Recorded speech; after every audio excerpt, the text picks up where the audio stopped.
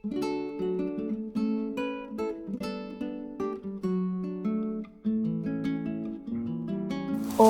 Swastiastu. Hai anak-anak, berjumpa lagi pada video pembelajaran Sejarah Peminatan untuk kelas 11. Kali ini kita akan membahas mengenai kompetensi dasar 3.4, yaitu menganalisis pemikiran-pemikiran yang melandasi revolusi-revolusi besar di dunia. Di antaranya ada Revolusi Amerika, Revolusi Perancis, Revolusi Cina, Revolusi Rusia, dan Revolusi Indonesia. Namun, pada kesempatan kali ini kita akan membahas mengenai Revolusi Amerika.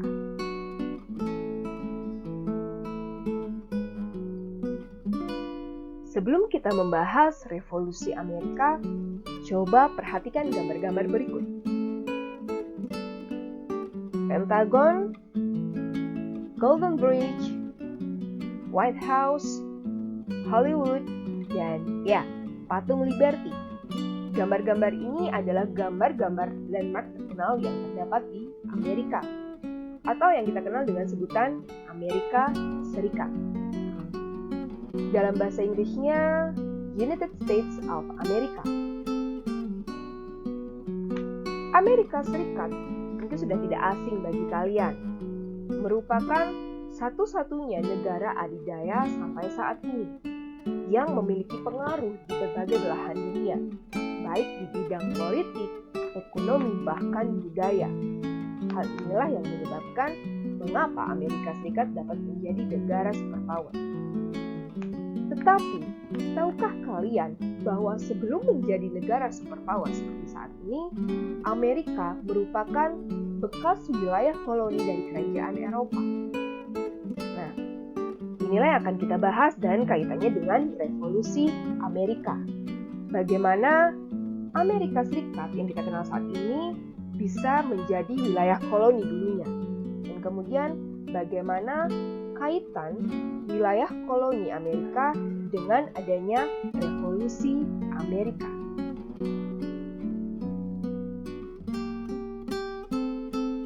Mengenai bagaimana daratan Amerika pada masa itu menjadi wilayah koloni dari kerajaan Eropa, ini tidak terlepas dari adanya penemuan dunia baru. Pada tahun 1492, Spanyol mensponsori seorang penjelajah Italia untuk menemukan rute laut Hindia Timur. Pada masa ini memang kerajaan-kerajaan di Eropa berlomba-lomba mengirim penjelajah mereka untuk menemukan wilayah baru, terutama wilayah yang menghasilkan rempah-rempah. Adalah Christopher Columbus, penjelajah Italia yang diutus oleh Spanyol. Mengikuti rute yang dilalui oleh Bartolomeu Dias sebelumnya, Columbus berlayar menelusuri Samudra Atlantik. Dalam perjalanannya menyusuri pantai barat Afrika sampai menemukan Tanjung Harapan di Afrika Selatan. Setelah beberapa hari, Columbus kemudian menemukan sebuah hamparan daratan. Ia merapatkan kapalnya di sebuah gugus kepulauan yang dinamainya San Salvador, serta menyebut penduduk asli setempat Indian. Kelak San Salvador ini kita kenal dengan nama Kepulauan Bahama. Columbus keliru karena tempat itu ternyata bukan India, melainkan sebuah benua yang lain, benua Amerika. Columbus terus berlayar dan menjumpai wilayah-wilayah lainnya, seperti gugus kepulauan di Laut Karibia, Kuba, Haiti, Puerto Rico, Jamaika, serta terakhir Venezuela dan Amerika Tengah. Penemuan benua baru ini dapat dikatakan menggemparkan Eropa, karena bagi orang Eropa, dunia ini hanya meliputi Eropa, Afrika, dan Asia. Mereka tidak mengenal adanya benua lain, yaitu benua Amerika pada saat itu. Oleh karena itu, orang Eropa menyebut hal ini sebagai penemuan dunia baru. Sejak abad 26, penjelajah berbagai negara seperti Spanyol, Belanda, Prancis, dan Portugis mendatangi Amerika. Kedatangan mereka juga diikuti dengan gelombang besar emigrasi disertai pembangunan koloni di tempat tersebut. Inilah bagaimana orang-orang Eropa bisa mendirikan wilayah koloni di benua Amerika.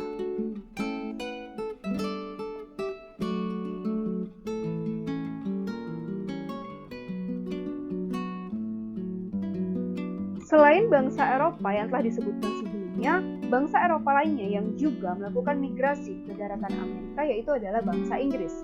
Bangsa Inggris kemudian menjadi bangsa yang dominan di Amerika.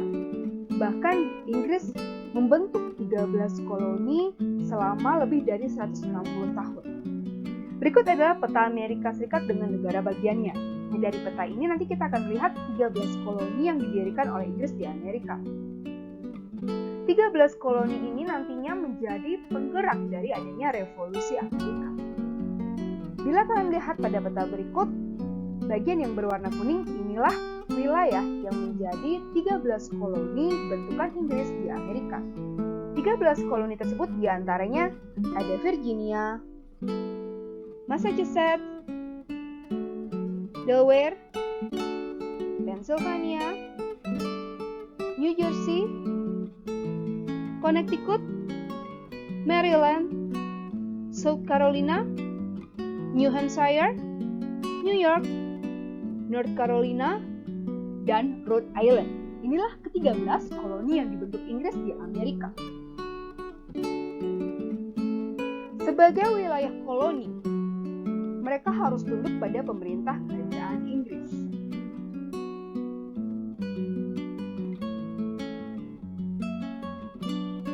Pemerintah kerajaan Inggris menyusun hukum dan aturan yang dirasa merugikan bagi wilayah koloni. Hal ini kemudian menimbulkan tuntutan dari masyarakat koloni terhadap pemerintahan Inggris agar memberikan kebebasan bagi koloni-koloni di Amerika Serikat. Tuntutan ini kemudian berujung pada perlawanan-perlawanan terhadap pemerintahan Inggris, yang mana perlawanan ini kemudian bermuara kepada revolusi Amerika. Ada beberapa faktor yang menyebabkan mengapa perlawanan ini sampai terjadi. Ini yang kemudian menjadi latar belakang dari terjadinya revolusi Amerika. Faktor yang pertama yaitu pemberlakuan pajak yang tinggi. Hal ini disebabkan untuk mengganti biaya perang 7 tahun.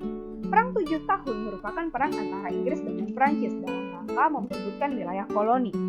Inggris ingin menguasai seluruh wilayah Amerika bagian utara, termasuk koloni Prancis di Duquesne, Pittsburgh. Walaupun Inggris keluar sebagai pemenang dalam perang 7 tahun, namun ternyata Inggris mengalami kerugian. Hal inilah yang kemudian menyebabkan pemerintah Inggris berusaha menerapkan pajak bagi kaum kolonis di Amerika untuk membayar kerugian tersebut.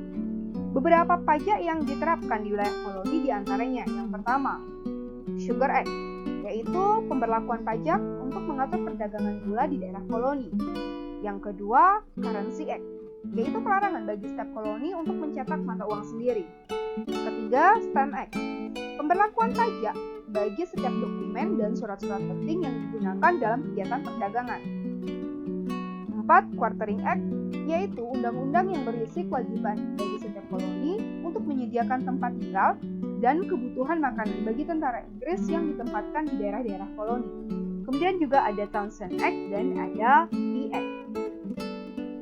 Penerapan pajak ini kemudian mendapat tentangan dari kaum kolonis. Hal ini dikarenakan yang pertama, penerapan pajak tidak pernah dimusyawarahkan dengan masyarakat 13 koloni. Mereka menuntut adanya wakil di parlemen dengan semboyan no taxation without representation, dengan arti tolak pajak tanpa perwakilan. Wakil mereka di parlemen diharapkan dapat menyuarakan kepentingan mereka, terutama terkait kebijakan-kebijakan terhadap rakyat koloni.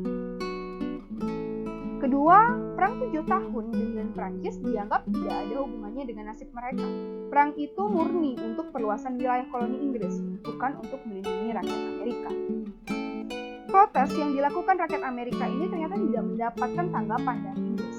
Rakyat mulai bertindak sendiri dengan menyerang agen-agen materai serta merusak gedung-gedung pemerintah yang bertugas mendistribusikannya. Mereka juga memboikot produk-produk impor hasil industri Inggris. Faktor yang kedua adalah penolakan campur tangan parlemen Inggris di Amerika. Terdapat perbedaan sudut pandang mengenai wakil koloni di parlemen Inggris.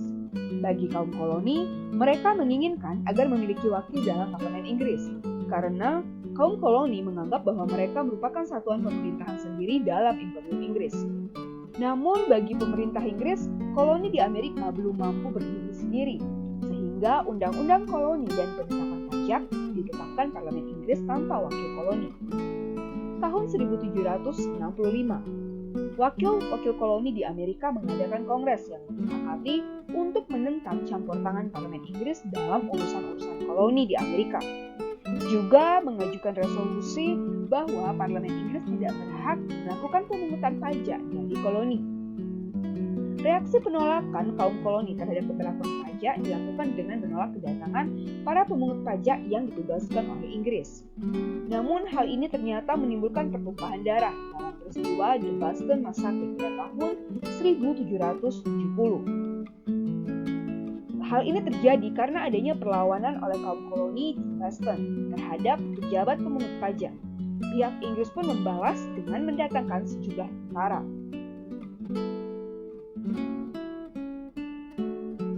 Perhatikan ilustrasi berikut. Gambar ini menunjukkan sebuah peristiwa yang disebut dengan The Boston Tea Party, peristiwa yang juga menjadi pendorong terjadinya revolusi Amerika. Dapat dikatakan The Boston Tea Party merupakan puncak kekecewaan rakyat koloni terhadap pemerintahan Inggris, terutama saat pemerintah Inggris memberikan hak monopoli pada EIC untuk melakukan ekspor teh ke seluruh wilayah koloni. Rakyat koloni tentu saja menentang hal ini dengan cara memboikot seluruh produksi teh Inggris yang dimasukkan ke wilayah koloni.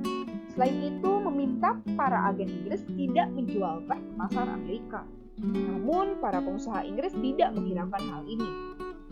Akhirnya, kaum koloni bereaksi keras atas hal ini.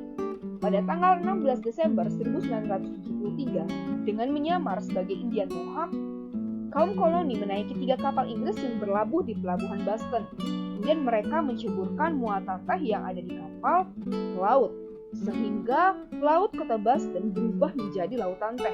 Inilah mengapa peristiwa tersebut dikatakan sebagai The Boston Tea Party. Peristiwa The Boston mendorong kaum patriot di wilayah koloni untuk mengobarkan kemerdekaan koloni di Amerika. Salah satu kaum patriot yang mengobarkan semangat kemerdekaan koloni Amerika dari Inggris adalah Thomas Paine dengan menerbitkan pamflet yang berjudul Common Sense pada tanggal 10 Januari 1776, yang mana pamflet ini berisi penjelasan mengenai mengapa Amerika harus merdeka dari Inggris. Di dalamnya, Paine juga menulis, satu-satunya jalan keluar dari tekanan Inggris adalah dengan menjadi negara merdeka dan membentuk sebuah negara republik.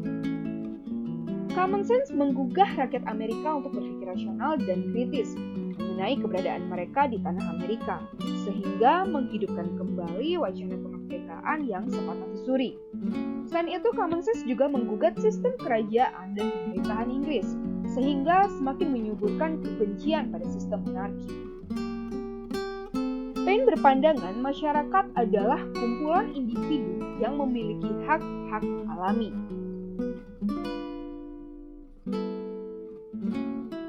Proses jalannya revolusi Amerika dimulai ketika London bereaksi terhadap peristiwa The Boston Tea Party dengan mengakhiri pemerintahan otonom di Massachusetts dan meletakkannya di bawah kendali pasukan Inggris pimpinan Jenderal Thomas Gage. Respon terhadap hal tersebut, 13 koloni menyelenggarakan Kongres Kontinental pada Oktober 1774 di Philadelphia, yang digagas oleh Thomas Jefferson, James Adams, James Wilson, dan Alexander Hamilton. Karena tuntutan pada Kongres 1 tidak mendapat tanggapan dari pemerintahan Inggris, kaum koloni merencanakan Kongres 2. Saat sedang menyiapkan Kongres 2, 13 koloni membentuk milisi di Concord, Massachusetts, yang kelak menjadi pasukan kontinental. Hal ini diketahui oleh Inggris, sehingga dikirimlah pasukan untuk menghancurkan milisi pada tanggal 19 April 1775. Pertempuran pun terjadi di Lexington dan sampai di Concord, Massachusetts. Pasukan koloni dipimpin oleh George Washington. Pertempuran ini menandai dimulainya konflik bersenjata antara Inggris dan 13 koloninya. Kongres 2 pun diadakan pada Mei 1775 di Philadelphia. Namun hasil Kongres 2 pun mendapat tanggapan negatif dari Inggris. Bahkan Raja menyatakan darurat perang di seluruh koloninya. Respon atas hal ini, 13 koloni sepakat untuk tidak mengakui parlemen Inggris dan ingin memisahkan diri dari Britania Raya. Gerakan-gerakan nyata ke arah kemerdekaan semakin kuat. Sejumlah besar milisi mengepung kota Boston yang memicu pertempuran Bunker Hill. Pada pertempuran ini banyak memakan korban jiwa di pihak milisi koloni.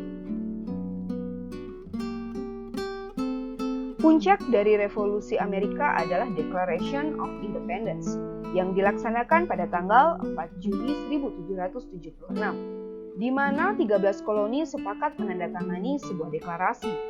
Deklarasi Kemerdekaan Amerika merupakan peristiwa yang menjadi tonggak sejarah bagi keberadaan Amerika, yang menandai lahirnya Amerika Serikat sebagai sebuah negara.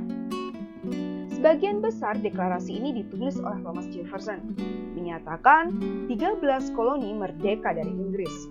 Selain itu dijelaskan juga alasan-alasan 13 koloni melepaskan diri dari Inggris. Terdapat poin penting dalam naskah Deklarasi Kemerdekaan Amerika, yaitu tentang kesetaraan manusia dan juga hak-hak yang tidak dapat diganggu-gugat. Dengan kata lain, naskah Deklarasi Kemerdekaan Amerika ini mengandung nilai kebebasan hak asasi manusia. Perang Kemerdekaan Amerika atau Revolusi Amerika berlangsung dari tahun 1775 sampai 1783. Deklarasi Kemerdekaan Amerika ternyata tidak menghentikan perang begitu saja. Justru ketegangan antara pihak Inggris dengan kaum koloni semakin meningkat dan meluas di seluruh wilayah koloni. Pasukan koloni yang dipimpin oleh George Washington pada awalnya mengalami kekalahan karena lemahnya kekuatan militer yang dimiliki. Namun dari kelemahan ini, kaum koloni mencoba mencari dukungan ke negara-negara Eropa lainnya, terutama negara yang pernah berkonflik dengan Inggris. Atas peranan dari Benjamin Franklin dalam melobi dukungan, akhirnya tahun 1776, beberapa negara di Eropa membantu pasukan koloni dengan diam-diam memberi persediaan amunisi dan senjata. Di antaranya ada Prancis, Spanyol, dan Belanda. Bahkan Prancis mengirimkan jenderal besarnya. Keterlibatan Prancis di sini adalah upaya balas dendam Prancis atas kekalahan pada Perang 7 tahun. Dengan kerjasama ini, akhirnya mampu memukul mundur pasukan Inggris, sampai akhirnya menyerah pada 19 Oktober 1781. Namun, perang antara pasukan koloni Amerika dengan Inggris baru benar-benar berakhir setelah diadakannya penandatanganan Traktat Paris yang menandakan Inggris mengakui kemerdekaan Amerika. Jalannya Revolusi Amerika tidak bisa dilepaskan dari peranan tokoh-tokohnya. Di antaranya yang pertama ada Thomas Paine. Seperti yang sudah dijelaskan sebelumnya, Thomas Paine adalah tokoh yang menulis pamflet yang berjudul Common Sense. Yang kedua ada Thomas Jefferson,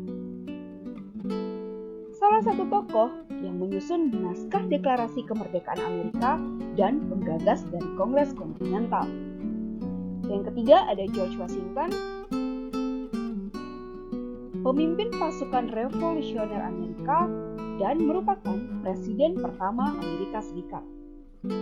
Yang keempat ada Benjamin Franklin, yang mencari dukungan ke negara Eropa dalam Revolusi Amerika.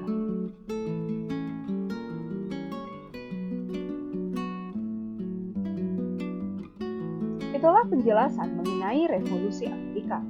Semoga pemaparan dan penjelasan tadi dapat menambah wawasan kalian tentang Amerika Serikat. Apalagi seperti yang kita tahu, Amerika Serikat merupakan negara superpower, negara yang berpengaruh di dunia. Terima kasih atas perhatian kalian. Sampai berjumpa lagi pada video pembelajaran yang lainnya. Om Santi, Santi, Santi, Om.